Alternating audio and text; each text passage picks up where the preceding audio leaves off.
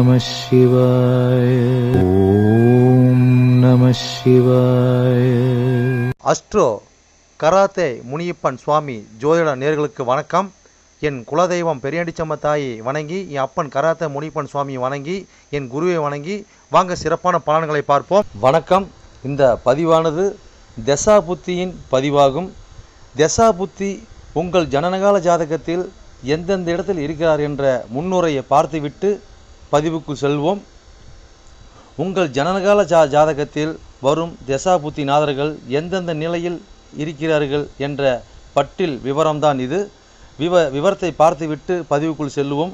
உங்களுடைய ஜனனகால ஜாதகத்தில் தசாபுத்தி நாதர்கள் 1-5-9 திரிகோண சாணத்தில் இல்லை 1-5 திரிகோண சாணத்தை அதிபதியோடும் சேர்க்கை பார்வை நட்சத்திர சாரத்தில் பயணிப்பது, அல்லது 1-4-7-10 கேந்திர சாணத்தில் சேர்க்கை பார்வை அந்த அதிபதியோட நட்சத்திர சாரத்தில் பயணிப்பது, அல்லது 2-5-8-10-11 பணபர சாணத்தில் இருப்பது, இல்லை பணபர அதிபதியோட நட்சத்திர சாரத்தில் இருப்பது சேர்க்கையில் இருப்பது, அல்லது 3-6-10-11 உபயஜய சாணத்தில் இருப்பது, இல்லை உபயஜய சாணத்தில் கிரகத்தின் நட்சத்திர சாரம் பார்வை சேர்க்கையில் இருப்பது, அல்லது 3-6-9-12 அபோகலியம் சாணத்தில் இருப்பது, அல்லது அந்த அபோகலி சார அதிபதியோடு இணைஞ்சிருப்பது சேர்க்கை பார்வையோடு இருப்பது, அல்லது சரலக்கணமாகிய மேசம் கடகம் துலம் மகரம் ஆகிய 2-7 மாரகஸ்தானத்தில் இருப்பது, அல்லது சிரம் லக்கணமான ரிஷபம் சிம்மம் விருச்சகம் கும்பம் ஆகிய 3-8 மாரகஸ்தானத்தில் இருப்பது, அல்லது பார்வை சேர்க்கையில் இருப்பது, அல்லது உபய லக்கணமான மிதனம் கன்னி தனுசு மிதனம் ஆகிய லக்கணத்துக்கு 2-7-11 மாரகஸ்தானத்தில் இருப்பது, அந்த அதிபதியோடு இருப்பது பார்வையில் இருப்பது நட்சத்திர சாரத்தில் இருப்பது, அல்லது நீச்சம் உச்சம் ஆட்சி பெற்றிருக்கிறார்களா, அல்லது சூரியனிடம் அஸ்தங்கதம் பெற்றிருக்கிறார்களா, பரிவர்த்தனை அல்லது வர்க்கோத்தமம் அல்லது நீச்ச பங்கம் அல்லது திக்பலம் அல்லது புஷ்கரமாம்சம் அல்லது கெட்டிடும் ராஜயோகம் பெற்றிருக்கிறார்களா, அல்லது நட்பு வீட்டில் உள்ளார்களா அல்லது பகை வீட்டில் உள்ளார்களா, அதே சமயம் கிரகம் சுபகிரகம் சேர்க்கையில் பார்வையில் இருக்கிறார்களா, அல்லது அசுப கிரகம் சேர்க்கை பார்வையில் இருக்கிறார்களா, இல்லை அவர்கள் நட்சத்திர தொடர்பில் இருக்கிறார்களா என்று பார்க்கணும். அதுபோலவே அடுத்தது பார்த்திங்கன்னா 3-6-8-12 வீட்டு மறைவு சாணத்தில் இருக்கிறார்களா, அல்லது 3-6-8-12 வீட்டு அதிபதி சேர்க்கை பார்வை அவர்களின் நட்சத்திரம் தொடர்பில் இருக்கிறார்களா என்று இதுபோல பல சூட்சமங்களை உங்கள் ஜனனகால ஜாதகத்தை கொண்டு தான் ஒரு துல்லியமான பலனை நம்ம சொல்ல முடியும். ஆனால் நாம் எடுத்திருப்பதோ இது ஒரு பொது பலனாகும். இந்த பொது பலனே பார்த்திங்கன்னா உங்களுக்கு ஒரு 100%க்கு ஒரு 60% உங்களுக்கு கண்டிப்பாக ஒத்து போகும். சிறப்பாக இந்த பதிவை பாருங்கள். வாங்க பதிவுக்குள்ளே போகலாம். இது மட்டும் அல்லாமல் சிறப்பு குறிப்புகள் என்னவென்றால் மேச லக்கணம் மேசராசி என்று நீங்கள் வைத்துக்கொள்ளுங்கள். அந்த மாதிரி வைத்து தான் இந்த பதிவுகளை நம்ம கொண்டு போயிட்டுருக்கோம். ஆனால் ஏன் அப்படி கொண்டு போகிறாங்கிறது விளக்கத்தை நம்ம சொல்லிடுவோம். ஆனால் இப்போ பார்த்திங்கன்னா மேச லக்கணமாக இருந்து வேறு எந்த ராசி இருக்க பட்சத்தில் உங்களுக்கு இதில் குறிப்பிடப்பட்ட தசா புத்தி உங்களுக்கு நடக்குமானால் லக்ன பாவக ரீதியாக, அதாவது நீங்கள் வேறு எந்த ராசி இருக்க பட்சத்தில் நீங்கள் ஒரு மேச ராசி இருக்கிறீங்க, இல்லை ரிஷப ராசி இருக்கிறீங்க, இல்லை மிதன ராசி இருக்கிற இந்த மாதிரி எத்தனை லக்கணமாக, அதாவது மேச லக்கணமாக ரிஷப லக்கணமாக மிதன லக்கணமாக கடக லக்கணமாக சிம்ம லக்கணமாக இப்படி எந்த லக்கணம் இருக்க பட்சத்தில் வேறு எந்த ராசி இருக்க பட்சத்தில் உங்களுக்கு இந்த தசாபுத்தி நடக்குமானால் லக்ன பாவக ரீதியாக அந்த பலன் நீங்கள் அப்படியே பார்த்து அப்படியே பலனை தெரிஞ்சுக்கலாம். அது மட்டும் அல்லாமல் இது பலன் பார்த்தீங்கன்னாக்கா அதாவது நட்சத்திர சாரத்தின் அடிப்படையாக கொண்டது தான் இந்த பதிவாகும். ஓகேங்களா?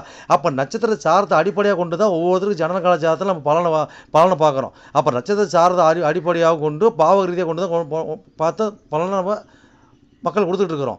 அப்போ அந்த மாதிரி கொடுக்கும்போது பார்த்தீங்கன்னாக்கா இந்த பலன் என்னவா இருக்குன்னு கேட்டிங்கனாக்கா, அப்போ நட்சத்திர சாரத்தை அடிப்படையாக கொடுக்கும்போது பாவக ரீதியாக கொடுக்கும்போது பார்த்தீங்கன்னா அதாவது பொது பலன் ரீதியாக பார்க்கும்போது என்றென்றும் இது அழியாத பதிவாக இருக்கும் நான் நம்புகிறேன். ஓகேங்களா?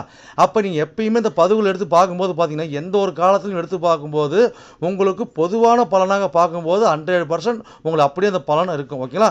மேற்கொண்டது மீதி பார்த்தீங்கன்னா உங்களுக்கு ஜனனகால ஜாதகத்தை கொண்டு எடுத்து பார்க்கும்போது பார்த்தீங்கன்னாக்கா எந்தெந்த இது அமைப்பில் எந்தெந்த வகையில் இருக்குது எந்தெந்த அமைப்பில் இருக்குதுன்னு பட்சத்தில் மீதி பலனை பார்ப்போம். ஆனால் இது என்ன தான் நம்ம அந்த அமைப்புகளை பார்த்தாலுமே நம்மளுக்கு பார்த்தீங்கன்னா எப்படி தான் பார்த்தாலும் ஓரளவுக்கு, அதாவது ஒரு 50% அதாவது உங்களுக்கு நட்சத்திர சார்ந்த அடிப்படையில் இந்த பாவக ரீதியாக பார்க்கும் பொழுது இந்த பலன் 100% சிறப்பாக இருக்குன்னு என்று நம்பி வாங்க பதிவுக்குள்ளே போவோம்.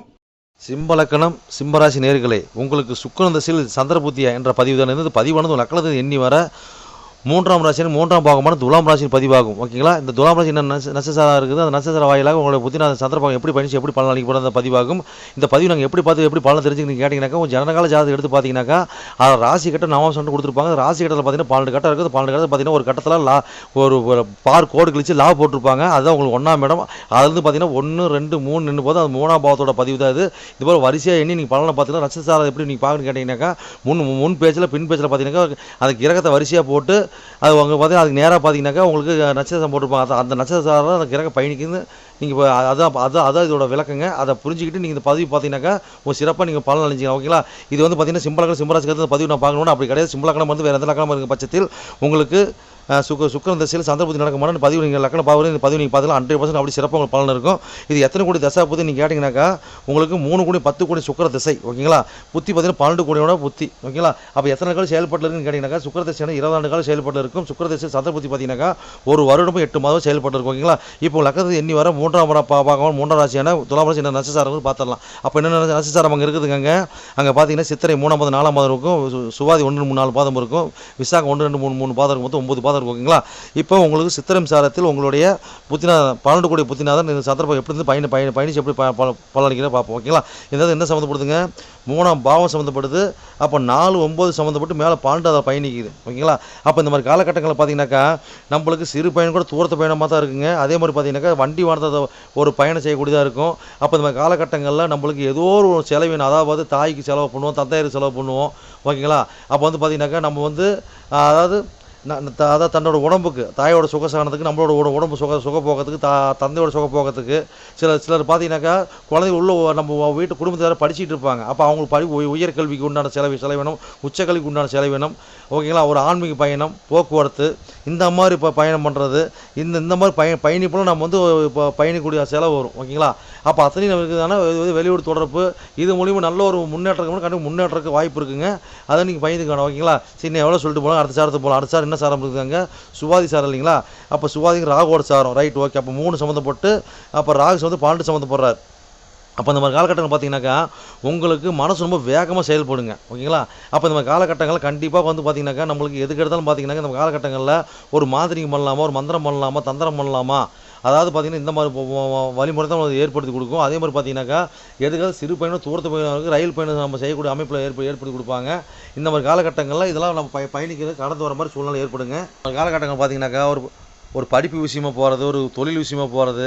ஓகேங்களா, இது அனைத்தும் பார்த்தீங்கன்னா இந்த காலகட்டங்களில் கட்டாயமாக நடக்குங்க.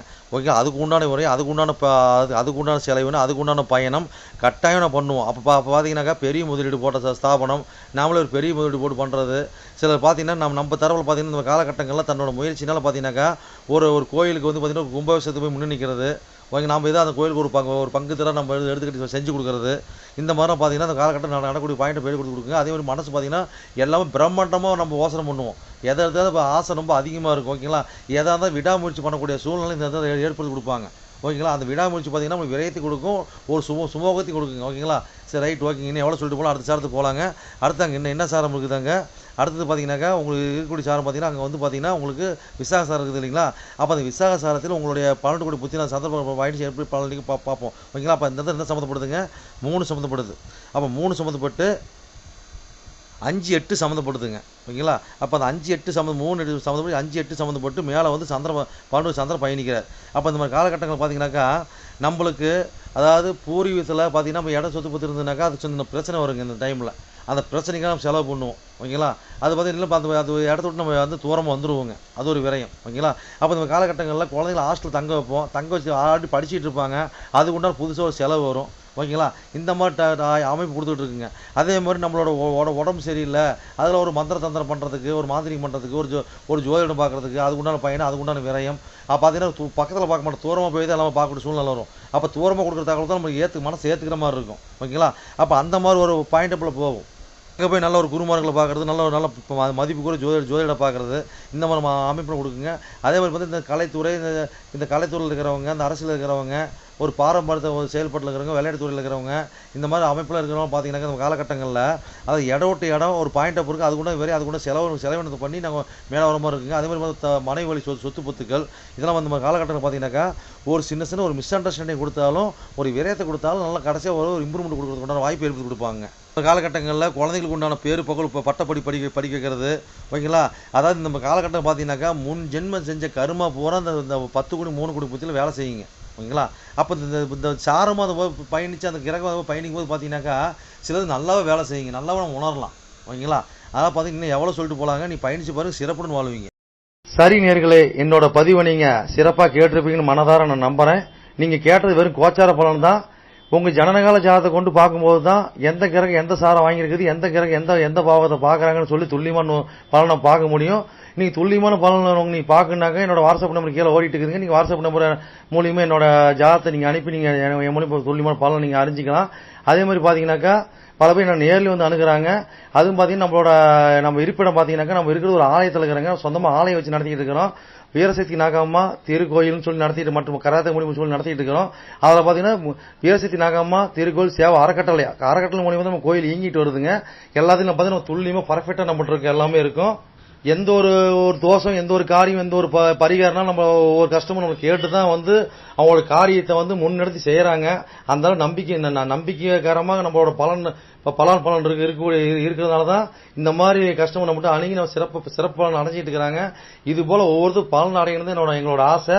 அது மட்டும் இல்லாம பாத்தீங்கன்னாக்கா எங்க கோயிலுக்கு லீடர்ஷிப்னு பாத்தீங்கன்னாக்கா எங்களுடைய கிருஷ்ணசுவாமிங்க வாக்கு சித்தர் பாத்தீங்கன்னாக்கா கிருஷ்ணசாமி, அதாவது சோழி பிரசன்னம் கல்லு கூடு சொல்லுவாங்க இல்லைங்களா, அது சிறப்பான முறையில சிறப்பா பாப்பாருங்க. நேர்முகமா பாக்குறாங்க, ஆன்லைன் மூலமா பாக்குறாங்க. நீங்க யாரு என்னன்னு தெரியாது, உங்களோட ஃபுல் டீட்ல அப்படி சொல்லுவாருங்க ஓகேங்களா. உங்களோட டீட்ல சொல்லி உங்க பேரை சொல்லி சோழி போட்டாருன்னா சிறப்பான முறையில சிறப்பா உங்களுக்கு சோழி பிரசனம் பார்த்து அருமையா சொல்லுவாருங்க. அதே மாதிரி பாத்தீங்கன்னா அது மூலியமா நீங்க இதுல பார்த்து நீங்க அணுகி அது மூலியமா தெய்வ அருள்வாக்குங்க அது ஓகேங்களா. அது மூலியமா நீங்க வந்து சிறப்பான பலன் நீங்க அடையலாங்க. எந்த ஒரு காரியமா இருந்தாலும் எந்த ஒரு விஷயங்களா இருந்தாலும் துல்லியமான பலன் துல்லியமா இருக்குங்க. சொல்றது அப்படியே நடக்கும், சிறப்பா இருக்குங்க. சரி நேர்களே, உங்களிடமிருந்து விடைபெறுவது S. Balu Jayavel, MA astro. நன்றி, வணக்கம்.